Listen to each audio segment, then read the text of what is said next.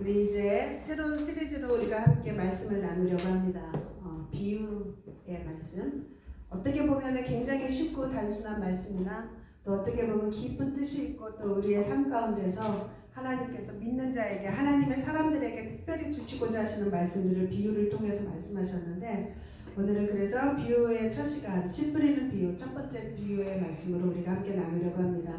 자, 마가복음 마태복음 13장 1절에서 9절 말씀 먼저 읽겠습니다. 시작. 그날 예수께서 집에서 나아가사 큰 무리가 그에게로 모여들거늘 예수께서 배에 올라가 앉으시고 온 무리는 해변에 서 있더니 예수께서 비유로 여러 가지를 그들에게 말씀하여 이르시되 씨를 뿌리는 자가 뿌리러 나가서 뿌릴새 더러는 길가에 떨어짐에 새들이 와서 먹어버렸고 더러는 흙이 얕은 돌밭에 떨어짐에 흙이 깊지 않으므로 곧 싹이 나오나 해가 돋은 후에 타서 뿌리가 없으므로 말랐고 더러는 가시떨기 위에 떨어짐에 가시가 자라서 기운을 막았고 더러는 좋은 땅에 떨어짐에 어떤 것은 100배, 어떤 것은 60배, 어떤 것은 30배의 결실을 하였느니라. 귀 있는 자는 들으라 하시니라. 아멘. 예수님께서 천국의 비밀들을 비유로 말씀을 많이 하셨어요. 거의 비유로 천국의 비밀들을 말씀을 하셨는데 제자들이 따로 나와서 하나님께 예수님께 물어봐요. 왜 비유로 말씀하시느냐?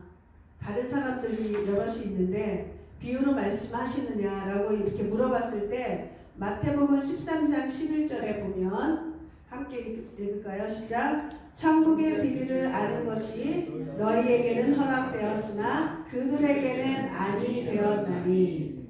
자, 천국의 비밀이래요. 비밀이고 이것이 너희에게는 지금 그 앞에 모여있는 사람들이 누구냐면은 제자들인데 마가복음에 보면은 제자들과 그리고 함께하는 사람, 그러니까 12제자만 있었던 것이 아니라 정말로 예수님의 말씀에 갈급함을 가진 자들이 함께 모였었던 것을 볼 수가 있어요. 근데 여기에서 천국의 비밀 하니까 이 비유의 말씀에 오해를 많이 하는 부분이 뭐냐면 뭔가 쉬우면은 비밀이 아닌 것 같잖아요. 딱 들었을 때 다 알아들어버리면 비밀이 아닌 것 같잖아요. 그러니까 이거를 막 어렵게 막 꼬아서 해석하려고 하는 그런 신우들도 많이 있다는 것이 좀 오류라고 볼 수가 있어요. 이 비밀이라는 그 의미의 첫 번째 의미는 뭐냐면은 구약 시대에는 가려져 있으나 신약 시대에 와서는 그것이 열립니다. 예수 그리스도를 통해서 모든 것들이 다 그 비밀의 계시들이 열리고 보여지고 그래요. 그래서 바울도 비밀의 계시 하면서 비밀을 많이 얘기했죠. 복음 자체가 비밀이었어요. 구약 사람들에게는 비밀입니다. 그런데 신약에 와서 이 커튼을 탁 열어보니 이 복음의 말씀들이 이제 쏟아져 나오기 시작하는 거죠. 그래서 이렇게 구약의 관점으로 머물러져 있었던 그 시대의 바리새인들이나 이런 사람들에게는 아직도 비밀인 거예요. 그들에게는. 그죠? 그들에게는 여전히 비밀인데 오히려 이 제자들과 그리고 다른 사람들, 갈급한 심령을 가지고 있는 사람들에게는 비밀이 될 수가 없던 거죠. 그래서 이것이 천국의 비밀을 아는 것이 너희에게는 허락되었으나 이미 받아들인 사람들이에요. 그것을. 그래서 잘못하면은 비밀이기 때문에 이것은 어마어마한 이 말씀 한 구절 하나 단어 하나 속에 어마어마한 비밀이 있을 거야 하면서 괜히 막 무엇인가를 엄청난 거를 해내려고 노력을 하다가 또 곁길로 갈 수가 있다라는 거예요. 그런데 우리가 읽다 보면은 이게 진짜 솔직히 말해서 오늘 읽은 이 말씀은 천국에 대한 비밀의 말씀은 아닙니다. 아닌데 당연하지 않아요. 씨 뿌렸을 때 뭐 어디다 뿌리면 잘나고 덜나고 이건 조금만 우리가 뭐 씨 뿌려본 사람이라면 다 알 것 같아요. 그죠? 그래서 뭐 좋은 땅에 뿌려주면은 뭐 100배부터 시작해서 60배, 30배의 결실을 얻는다. 그럴 수 있겠지. 이렇게 그냥 뭐든지 다 수긍하면서 들을 수 있는 그런 이야기입니다. 그런데도 여전히 그 귀가 막히고 눈이 막혀서 듣지 못하는 사람들이 여전히 있었다는 것이에요. 그 자리에도 함께 있었겠죠. 이 이야기가 전해진 곳에서 바리새인들이나 또 서기관들이나 이러한 사람들에게는 이 말씀들이 아무리 쉽게 가르치더라도 그들은 받으려고 하는 준비가 되어 있지 않기 때문에 무엇인가 꼬투리만 잡으려고 하는 사람들에게는 여전히 비밀로만 남아있을 수밖에 없는 것이에요. 그래서 비밀을 그렇게 이상한 방향으로 너무나 신비한 방향으로 그렇게 해석할 필요는 없다는 거죠. 그래서 예수님께서도 세포도주는 세 부대에 담아라 라고 말씀하신 거예요. 그래서 안식일에 대한 이야기도 예수님이 새롭게 이야기할 때 그들에게 전혀 알아듣지 못하는 이야기가 됐었죠. 그것처럼. 그래서 어느 때는 정말 오늘 이 말씀은 예수님께서 제자들과 그 사람들이 함께 있을 때 다 하나씩 말씀을 해주셨어요. 해설을 해주셨어요. 그런데도 예수님이 해석한 것도 있는데도 불구하고 오히려 또 자기들의 나름대로 해석을 가미하려고 하는 그러한 경우도 있다라는 거죠. 그거는 이제 정말 잘못됐다라는 거예요. 자, 마태복음 13장 13절에 한번 읽겠습니다. 시작. 그러므로 내가 그들에게 비유로 말하는 것은 그들이 보아도 보지 못하며 들어도 듣지 못하며 깨닫지 못함이니라. 예, 보고도 못 보고 들어도 못 듣고, 이거 귀가 없어서 못 듣는 게 아니고 눈이 없어서 못 보는 게 아니죠. 근데 예수님이 많은 사람들 앞에서 치료하시고 귀신을 쫓는 그런 장면에서도 사람들은 너무나도 경이롭게 바라보고 당신은 정말 그리스도시군요 막 이런 막 고백들이 막 나오는데, 오히려 그 안다라고 하는 사람, 내가 보고 있다라고 생각하고 내가 듣고 있다라고 생각하는 그러한 사람들은 오히려 바알세불, 귀신의 왕에 힘입지 않고 저희를 절대로 할 수가 없어 라고 이야기하는 이상한 엉뚱한 이야기를 한다는 거죠. 그러니까 못 보는 거예요.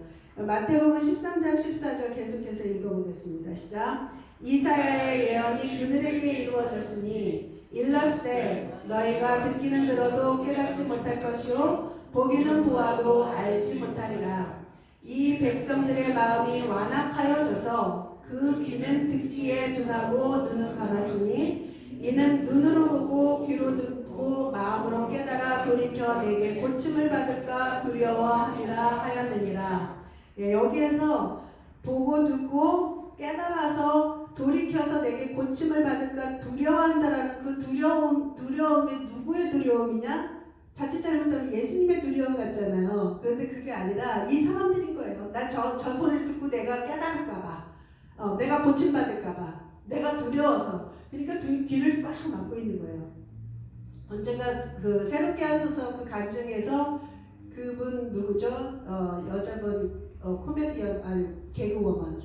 네, 그분 어머님이 하는 얘기가 그냥 얼떨결에 그냥 딸이 간증 집회를 가는 미국 길에 올랐는데 나도 따라갈게 해서 따라갔다가 어쩔 수 없이 그 교회에 앉아서 자신의 딸이 전하고 있는 그 간증의 소리를 들으면서 귀를 막고 막 머리를 흔들었대요. 안 들으려고. 그러니까 그런 거예요. 그런 거. 그러니까 나는 지금 다른 걸 믿고 있는데 저 소리를 절대로 들어서 내가 영향을 받으면 안 돼 하면서 귀를 막은 거랑 똑같은 거죠. 그러니까 들으면 뭔가 내가 영향을 받을 것 같거든요. 그러니까 돌이켜서 고침을 받을까 두려워한다. 정말 그들은 두려워하는 것처럼. 근데 사실 이런 것이 우리에게도 있지 않았어요?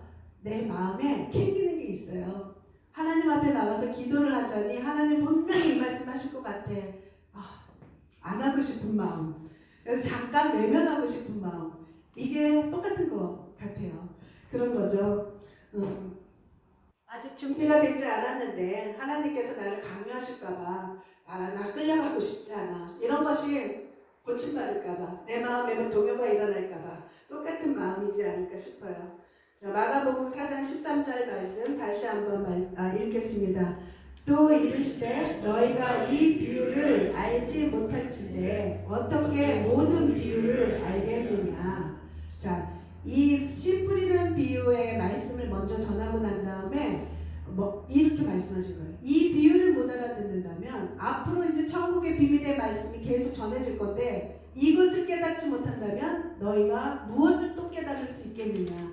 이게 첫 관문이라는 거죠. 여기에서 깨닫지 못하고 귀를 막은 사람은 이제 앞으로 일어나는 그런 모든 말씀에도 귀를 막을 수밖에 없다라는 것이에요. 그래서 이 씨 뿌리는 비유는 다른 말씀을 이해하는데 굉장히 기초적으로 우리가 알고 있어야 되는 부분이다라는 거죠. 자, 마태복음 13장 16절로 다시 와서 읽겠습니다. 시작. 그러나 너희 눈은 봄으로 너희 귀는 들음으로 복이 있도다. 네, 거기에 앉아있는 사람들에게는 너희는 이미 보고 있고 너희는 이미 듣고 있어 라고 얘기해 주는 거죠. 우리들이에요. 그죠? 우리는 이미 듣고 보고 하나님의 말씀, 비밀의 말씀들도 이해하고 있습니다. 그래서 지금 여기에 모여있는 사람들은 보고 듣고 하고 있다는 거예요. 마가복음 4장 10절 말씀 함께 읽겠습니다. 시작. 예수께서 홀로 계실 때 함께한 사람들이 12 제자와 더불어 그 비유들에 대해서 물으니, 여기서 나왔죠. 12 제자와 함께한 사람들, 그죠? 그러니까 12 제자만 있지를 않았어요. 그러니까 누구든지 하나님 앞에 갈급한 심령으로 나와 있는 사람에게는 예수님은 말씀을 전해주세요.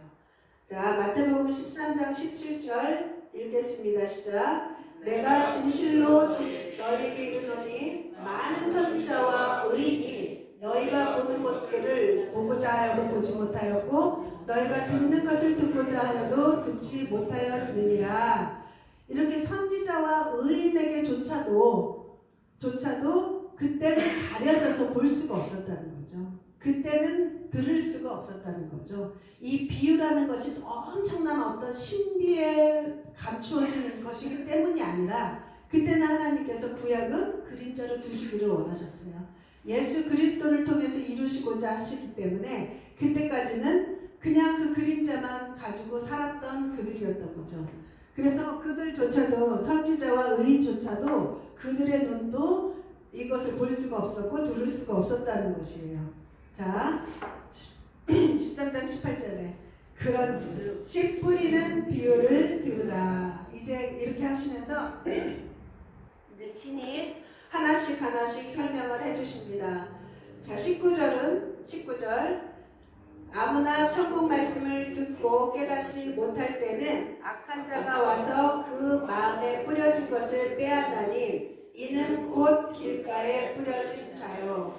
자, 아까 우리가 읽은 말씀에서 쭉 이렇게 정리를 하면 길가가 나오고 그리고 돌밭이 나오고 가시밭 덤불 속이 나오고 그리고 좋은 땅이 나와요. 이렇게 나오는데 먼저 길가에 뿌려진 자가 누구냐 이것을 말씀해 주시는데, 자, 아무나 누구든지, 이건 누구든지 마찬가지라는 거예요. 천국 말씀을 듣고 깨닫지 못할 때 악한 자가 와서 그 마음에 뿌려진 것을 빼앗는 이러한 상황에 있는 사람이 길가에 뿌려진 자라는 거죠.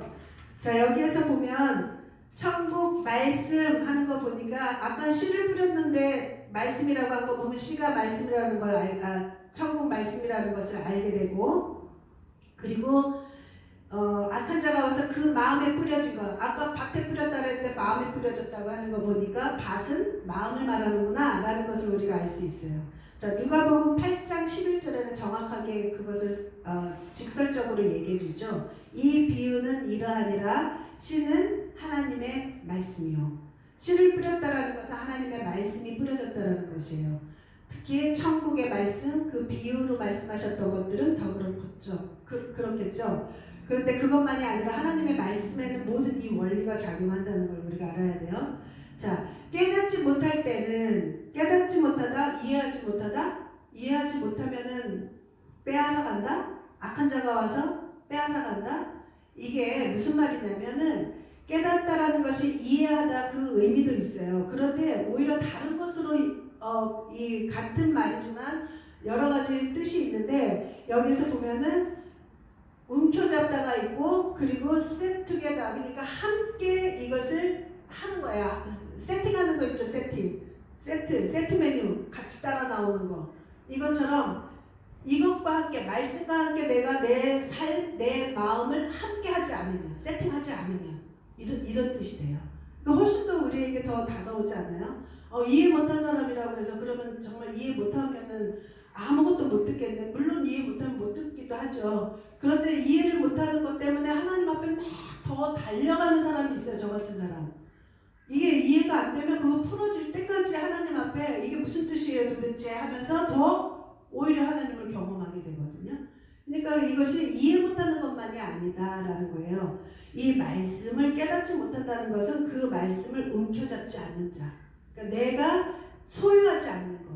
그리고 그 말씀에 따라서 내가 셋하지 않는 것. 같이 함께하지 않는 것. 이러한 사람들은 그냥 말씀을 듣기만 하는 거죠. 그냥 듣기만. 히어링. 우리 히어링 테스트, 리스닝 테스트가 다른 게 히어링은 귀의 역할을 잘하고 있는 소리를 듣고 있는 거고 리스닝은 이해했는가 이거예요. 그래서 우리는 그냥 듣기는 잘 들어요. 그냥 소리가 들리니까. 그런데 이해를 하려고 하고 그 말씀을 내가 붙들려고 하고 그 말씀으로 내가 살아가려고 하는가 이것이 필요하다는 거죠. 근데 그런 마음 없이 그냥 앉아가지고 이렇게 듣고 있는 건 이것은 길가에 뿌려진 씨앗처럼 새들이 와서 쪼아서 먹어버린다는 거예요. 들어가지도 않고. 그러니까 그런 마음밭으로 가지고 있을 때에는 전혀 이 말씀이 나의 삶에 어떤 영향을 미치지 못하는 거예요. 씨가 아예 기억도 안 나는 거죠. 오히려 있잖아요. 하나님의 말씀을 많이 들으면 들을수록 자칫 잘못하면 이렇게 될 수가 있어요. 너무 많이 들었기 때문에 내가 다 아는 것 같거든요. 그러니까 그냥 앉아서 듣고만 있는 거예요. 듣고만 있고 내가 그 말씀을 어떻게라도 소유해서 그 말씀이 내 삶 속에서 이루어지기를 원하거나 경험하기를 원하거나 이런 믿음으로 받아들이지 않고 그냥 아는 말이지. 저 다 들어본 말. 이렇게 듣기 시작하면 우리는 길가 같은 마음밭이 돼요. 그런 거는 어떠한 경우에도 말씀이 떨어져도 거기에서 싹이 날 수가 없다는 거죠. 악한 자가 와서 낚아채 간다라는 거예요. 그래서 우리는 이 말씀이라는 것이 항상 우리에게 하나님의 어떤 약속도 다 말씀이잖아요. 약속의 말씀 그것은 씨앗처럼 와요. 씨앗처럼 모든 것이 완성돼서 얘야 너가 이렇게 살면 내가 이렇게 할 거야 라는 그러한 하나님의 약속의 말씀들이 구약에 보면 굉장히 많잖아요. 그런 말씀을 말씀하신 즉시에 그렇게 받아줘요? 아니에요. 씨앗이에요. 이것은 그 씨앗을 내가 취하고 내 마음을 그 말씀과 함께 가도록 해야지 된다는 거예요. 그렇지 않으면 그 말씀은 사라져요. 누군가가 악한 자가 와서 얼른 낚아채 간다라는 것이에요. 그래서 그 씨앗의 형태로 우리에게 주어지기 때문에 이 씨는 열매를 맺기까지는 소정의 시간이 필요하고 무엇인가의 기간들이 필요하다는 거예요. 그래서 일정의 어떤 과정들을 거쳐 나가야 되는데 애초에 내가 잡지도 않고 내 마음을 세팅하지도 않는다면 그 말씀에 따라 내 마음을 정해버리지도 않는다면 그거는 그냥 흔적도 없이 사라져 버릴 것이다 라는 것이죠.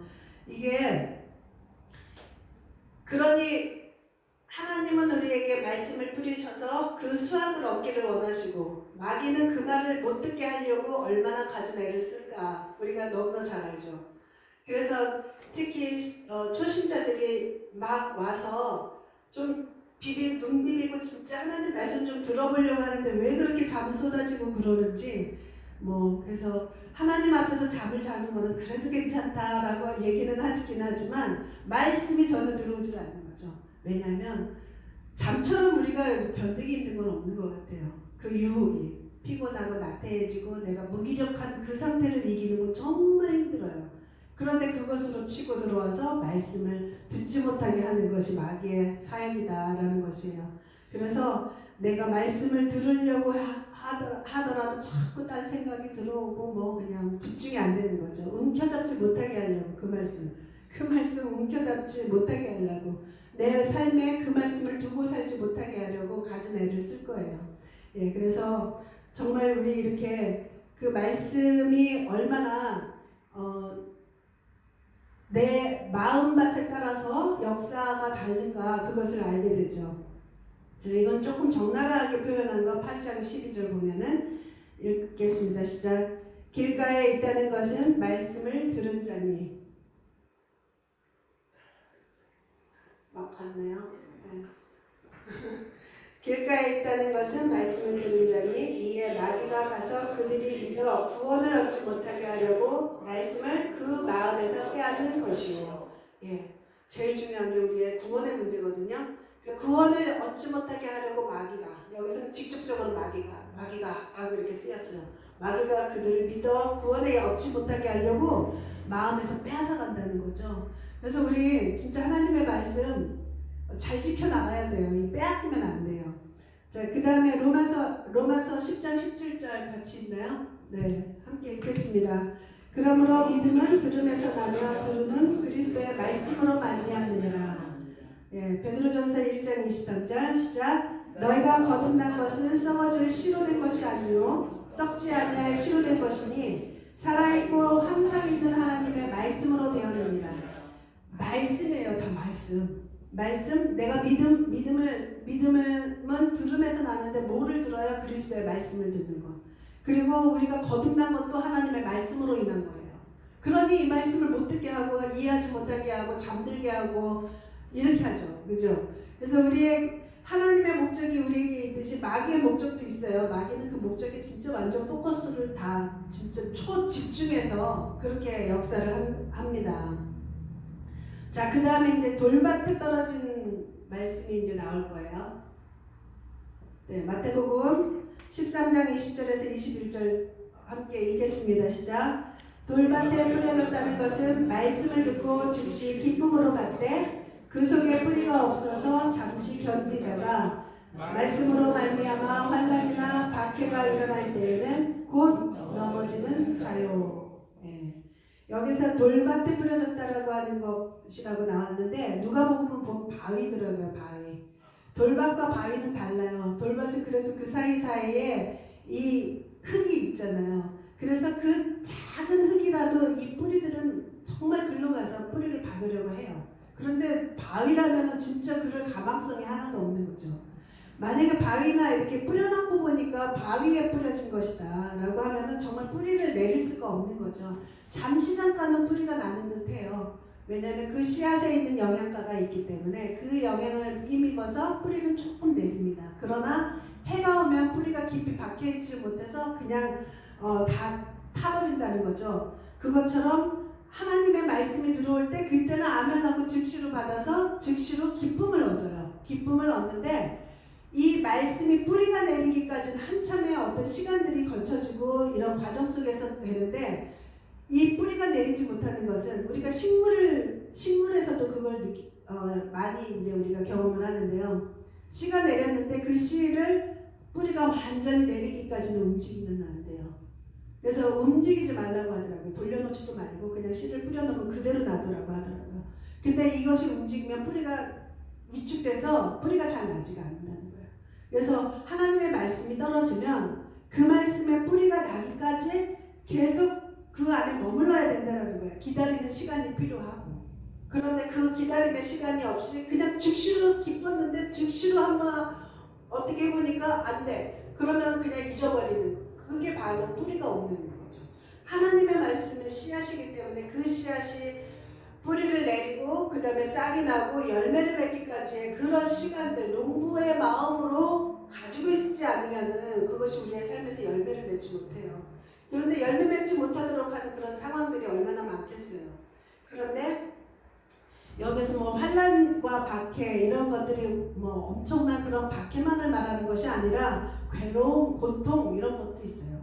그러니까 괴로움이 오면 하나님 말씀에 뭐 이렇게 되어 있는데 다 소용없네. 조금만 저기 하면 다 소용없어. 이렇게 하고 그냥 갖다 버리는 거죠. 하나님의 말씀을. 그러니 그것이 뿌리가 내리고 열매가 맺어질 시간이 어디 있느냐고요. 그러니까 우리는 조금 더 인내하면서 그런 환난과 고통 그런 어떤 시간들이 다가올 때 끝까지 우리는 그 말씀을 내 안에서 내 마음이 그 말씀에 세팅이 돼야 돼요. 같이 세트게더 해야 된다는 거죠. 그래서 이렇게 정말 이 말씀이 제일 많이 그 초신자들이 경험하는 게 이거일 것 같아요. 그래도 이제 막 잠은 참아서 들었어. 듣고 이제 막 너무 그 말씀 들으니까 소망이 돼요. 소망을 찾고 기쁨이 돼서 그랬는데 은혜 받고 집에 가면 우리가 맨날 하는 얘기 뭔 일이 꼭 생긴다. 다툼의 시간이 생기고 작은 말 하나로 그냥 내 감정을 거스르고 그렇게 해서 은혜를 다 쏟았다. 이런 이야기는 무슨 백과사전에 나와 있는 말처럼 엄청나게 그런 말들을 많이 해요. 은혜만 받으면 그런 일들이 꼭 일어난다. 이게 바로 사단이 하는 일이에요. 은혜의 말씀을 내가 간직하지 못하도록 저거 뿌리 내리면 안 되거든요. 저것이 뿌리 되면서 아무리 흔들어도 흔들리지 않는 나무가 되면 안 되는데 그러기 전에 빨리 즉시로 없애야 된다는 거죠.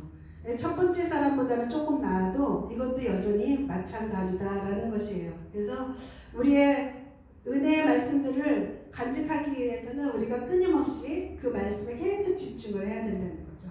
그리고 그 다음에 가시떨기, 우리 함께 읽겠습니다. 시작. 가시떨기에 뿌려졌다는 것은 말씀을 들으나 세상의 염려와 재물의 유혹에 말씀이 막혀 결실하지 못하는 자요. 아멘. 예, 염려와 유혹으로 인해서 말씀이 막힌대요. 말씀이 뻗어나가서 무엇인가 수확을 이루어야 되는데 그것을 막고 있는 것이에요. 이것이 아까 그런 것은 혹시라도 이제 이 외부적인 것이라고 한다면 이거는 내부적이라고도 볼 수 있죠. 내 속에 있는 염려와 그리고 이 재물에 대한 유혹들, 이러한 것. 재물의 유혹은 진짜 많이 우리가 너무나 많이 받죠. 왜냐하면 살아가는데 꼭 필수적인 것이기 때문에. 그래서 재물의 유혹이 오고 또 세상의 염려, 다 물질과 관련된 그런 부분일 거예요. 그래서 하나님께서 말씀하세요. 예수님께서 바울이 디모데에게 말하는 거, 디모데전서 6장 17절 우리 함께 읽겠습니다. 시작.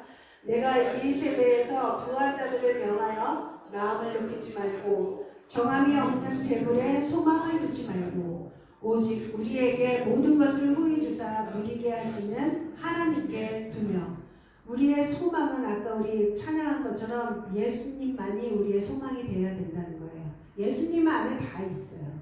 그 소망을 붙들고 그 믿음으로 가면 예수님께서 모든 우리들의 그 바람과 소원과 이러한 것들을 다 헤아려 이루어주고 그러니까 하나님의 뜻에 맞는 하나님의 그 인도하심 속에서 최고의 우리의 삶의 방향으로 인도해 주신다는 것이죠. 그래서 정함이 없는 재물에 소망 두지 말라. 재물은 정함이 없대요. 나한테 좀 정하지 좀. 정함 없는 그 돈 많이 갖고 있는 사람 그것을 우리에게 좀 정해주면 얼마나 좋아요. 그죠? 그런데 하여튼 물질은 정함이 없다는 거예요. 거기에다 소망을 두지 말라는 거죠. 거기에 마음을 두고 소망을 둔 자들의 그 타락하는 그런 모습을 우리가 참 많이 봅니다. 하물며 사역자들도 마찬가지고, 사역자들도 한순간에 마음을 재물에 둘 때 타락은 그냥 순식간이에요. 일단 또 한 사람이 우리 마태복음에 보면은 청년, 이 사람은 재물이 너무 많아서 근심이 많았던 사람. 재물이 없어서도 근심이 되지만 재물이 많아서도 근심이 되는 이 재물은, 그래서 우리가 소망을 거기에 둘 수가 없다는 것이에요. 그래서 성경은 계속해서 우리에게 얘기해요. 염려하지 말라고. 염려하지 말라. 그 제목이 굉장히 많더라고요. 한번 찾아보니까 내일 일을 염려하지 말래요. 무엇을 먹을까, 무엇을 마실까, 무엇을 입을까 염려하지 말래요. 그리고 하물며 좋은 일에도 하나님의 복음의 말씀을 전할 때도 무슨 말 할까를 염려하지 말아요. 그것도 염려하지 말아요. 네, 염려하지 말라. 그리고 그냥 다 통털어서 아무것도 염려하지 말아요. 아무것도 염려하지 말아요. 아멘으로 받으시기 바랍니다. 아무것도 염려하지 말고 다만 모든 일에 기도와 간구로 너희 구할 것을 감사함으로 하나님께 아뢰라. 감사로 아뢰래요. 감사로. 하나님, 나는 왜 이래요? 내 삶은 왜 항상 여기서 머무는 거예요? 좀 더 앞으로 진전이 안 되고. 그러지 말고 아무것도 염려하지 말라 그랬으니까 탁 믿어버리세요. 만약에 내가 염려를 너무 안 해서 문제가 생겼다? 그때 가서 하나님한테 따져봐요. 하나님 염려하지 말래매요. 그래서 안 했는데 그때는 할 말이 있죠. 끝까지 진짜 우리는 하나님께서 염려하지 말라 그랬으니까 염려하지 말아야 돼요.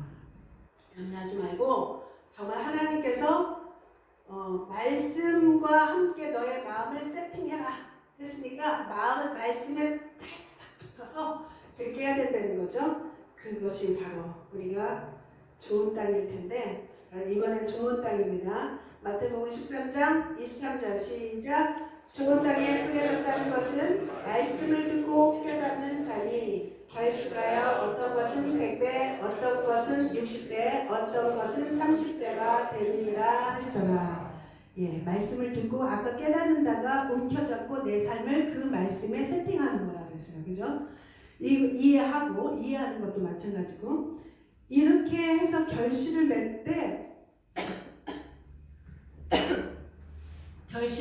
맺을 건데 자, 우리 요한복음 8장 31절 말씀 먼저 읽고요. 시작. 너희가 내 말에 거하면 참으로 내 제자가 되고 말씀을 깨닫고 말씀에 거하고 하면 그 말씀으로 인해서 우리가 정말 어떤 열매를 맺는지 누가복음에서 나온 말씀을 한번 읽어볼게요. 누가복음 8장 15절 시작. 좋은 땅에 있다는 것은 착하고 좋은 마음으로 말씀을 듣고 지키어 인내로 결실하는 자니라. 자, 듣고 지키고 그 다음에 인내의 과정이 필요하다는 거죠.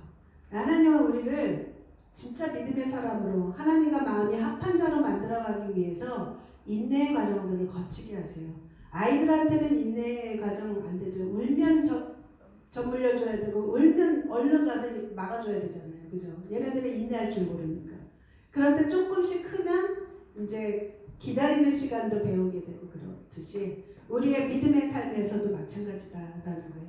그래서 누가복음에서 말씀하신 이것은 결실하기 이전에 뭐였냐면 말씀을 듣고 지키고 인내하는 과정이 우리 모두에게는 필요하죠.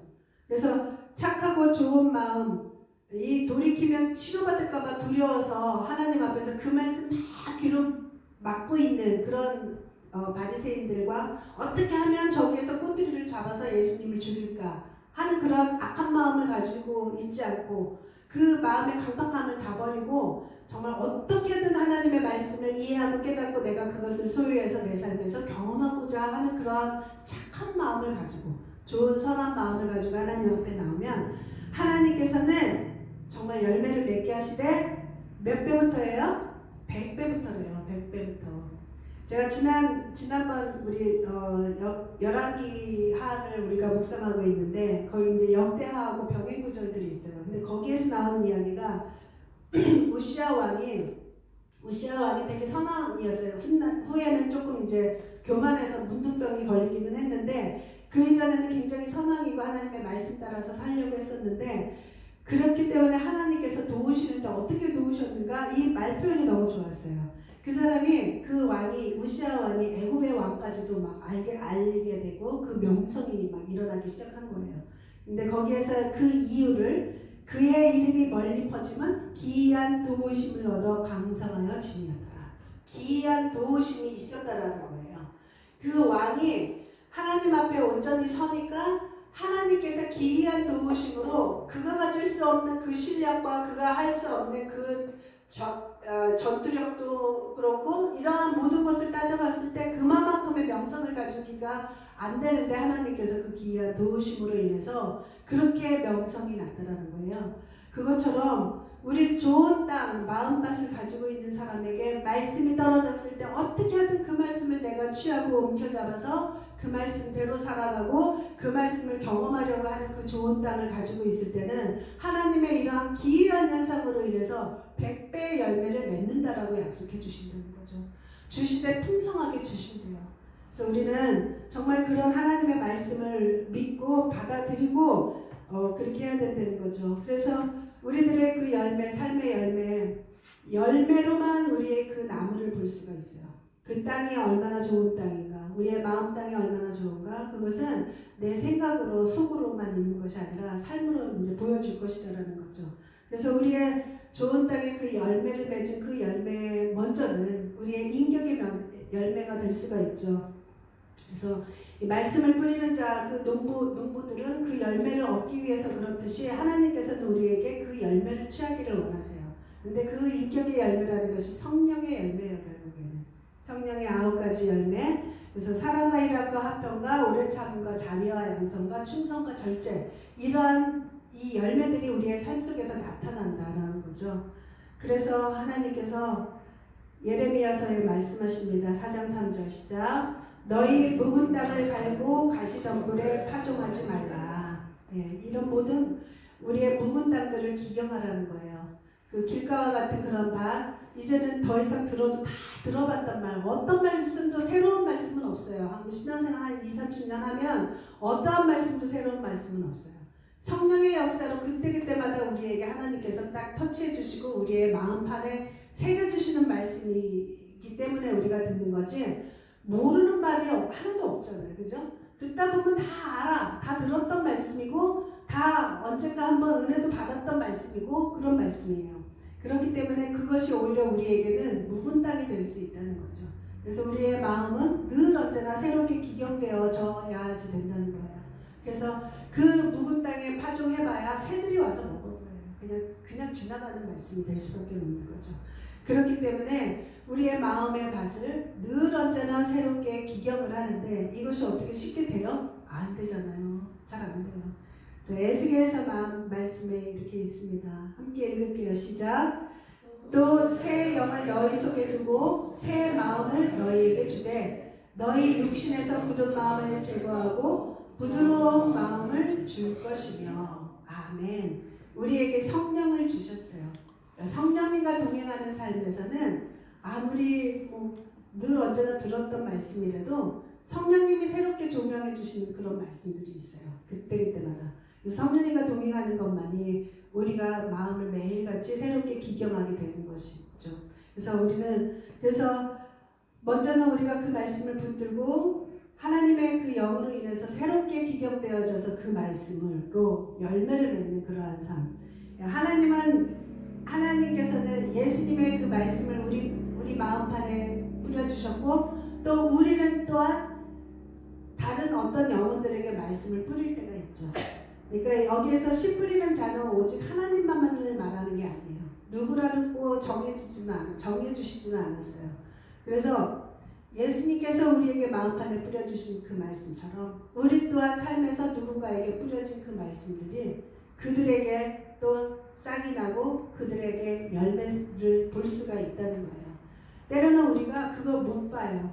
하나님도 얼마나 우리에게서 열매를 바라겠어요. 그런데 오랜 시간을 기다리고 또 기다리고 인내하시면서 우리에게 그 열매를 취하시듯이 우리 또한 우리가 누군가에게 말씀을 전했는데 전혀 변하는 것 같지도 않고 전혀 조금 있다 보면 제자리인 것 같고 그런 것 같아도 그 속에서 조금씩 역사하고 있는 성령님의 일하심이 있다는 것을 기대해야 되겠다는 거죠. 그래서 우리는 이 이스라엘 민족이 씨 뿌릴 때는 우리처럼 지금 이렇게 농법이 발명이 되고 개발이 돼서 그렇게 하지 않고 그냥 씨 이렇게 잡아서 흐트러 뿌렸다는 거예요. 거기가 옥토일지 바위일지 모르지만 때를 얻든지 못 얻든지 뿌린다는 거죠. 예수님도 그 안에 모여있는 수많은 사람들 그 무리들에게 뿌렸어요. 뿌렸는데 그 중에서 몇 사람이 이렇게 와서 12제자와 함께 온 사람들이 있었듯이 우리에게도 그러한 날들이 있다는 거죠. 그래서 옛날 그 생각이 나요. 우리 교회에서 한국에 있던 교회에서 어떤 집회를 하는데 좀 이렇게 음악적인 그런 부분들을 업그레이드하기 위해서 진짜 그 프로페셔널한 세션맨들을 데리고 와서 했었어요. 그랬는데 그 중에 한 명이 지금은 교수가 되었다는 신학교 예배학 교수가 되었다는. 그러니까 그게 얼마나 많은 사람들이 그때 비판하기도 했어요. 아니 하나님의 그 영광을 돌리는 곳에 어떻게 예수를 믿지도 않는 세션맨이 와서 악기를 하냐. 실력이 중요한 게 아니라 우리들의 믿음이 중요한 게 아니냐 막 그랬거든요. 그것도 어떻게 보면 일리가 있기는 해요. 그런데 그것으로 인해서 그 한 사람이 이제 수많은 사람들을 가르치고 인도하는 그러한 자로 됐다는 거잖아요. 그것처럼 같이 몇 명이 있었는데 다른 사람들은 열매가 되지 않았어요. 한 1, 2년 안에 다 떠났어요, 교회를. 그러니까 마음밭이 뭐였는지 모르지만 어쨌든 성교에 끌고 다니면서 말씀이 막 뿌려졌을 때 어떤 한 사람은 그렇게 열매를 맺었다는 거잖아요. 그것처럼 우리 하나님도 우리에게 그렇게 뿌렸을 때 우리가 열매가 되어드렸잖아요. 아직도 더 우리는 열매를 많이 맺어야 되지만 그것처럼 우리 또한 누군가에게 말씀을 뿌릴 때 낙심하지 말라라는 거예요. 낙심하지 말고 언젠가는 정말 마음판이 길가와 같은 끝까지 길가이면 할 수 없는 거잖아요. 그렇지만 언젠가는 하나님께서 그 영혼 또한 열매를 맺게 하실 것이다 라는 그러한 그 믿음을 가지고 끝까지 선을 행하되 낙심치 아니하면 거둘 거라고 말씀하신 그 말씀 붙들고 우리는 내가 거듭이 되어 드리기도 하고 또 누군가가 거듭이 되는 열매가 되는 그러한 삶으로 우리가 축복을 받을 것입니다. 예, 우리 함께 일어나셔서 우리 찬양하겠습니다. 찬양할 때 정말 우리는 100배, 60배, 30배의 열매를 맺을 것을 생각하며 증거가 없어도 우리 눈에 보이는 증거가 없어도 믿음으로